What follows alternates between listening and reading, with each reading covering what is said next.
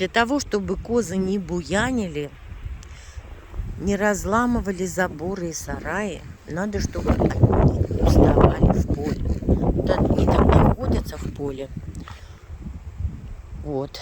Ну, пасти, конечно, их надо, но зато они находятся и устают. У нас не устает только этот дурак Снежок, который ходит и каждую задницу нюхает. Каждую задницу ему надо понюхать. Вот. Спариваться хочет. Не зря же он с кроликами вырос. Он вырос с кроликами в одном теплом гараже. Потому что когда нам отдали двух маленьких новорожденных на 4-й день козлят, Снежок с его братцем Топольком. Ну, Тополек умер у нас. Их отдали нам 4 ноября, по-моему, или 8, или они родились 4-го, их 8 нам отдали. Они росли на искусственном молоке, натурального у нас не было. Так иногда сын брал сметану, там им мешал, но в основном они на искусственном молоке выросли. Вот, бутылка соской. И вот таким образом, значит, он рос с кроликами в теплом гараже.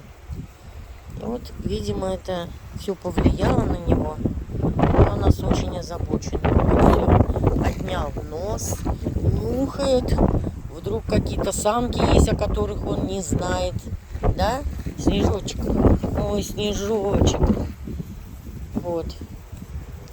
Вот так вот силы их иссякнут, они хотя бы не разламывают. А так они носятся, как ненормальные носятся. Вот. Все сметают на своем пути.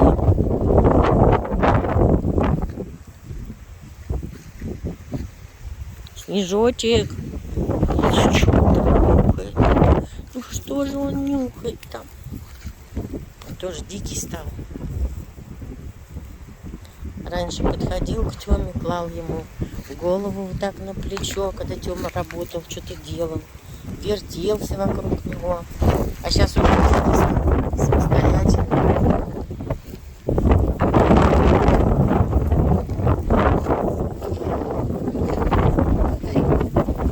Вот тоже он убийц. Уши, правда, маленькие, не такие до пола, как он убийца. Но по расцветке вот уши тоже. А это всегда ко мне клеится, хочет, чтобы ей почесала ее несбывшиеся рога. Вот. Я ей чешу вот так вот. Вот так. Ух ты, маленькая козочка. Все. Так, говорит, чеши мне за ухом. Не там, говорит, ты чешешь, а там надо почесать. Вот так вот она. Вот так. Это малюсенькая. Недавно родилась. Вот это прекрасно. Что-то ей не хватает. Ты что ты делаешь? Вот так, давай тоже почешу тебя. А это не нравится. Не нравится, что я не чешу.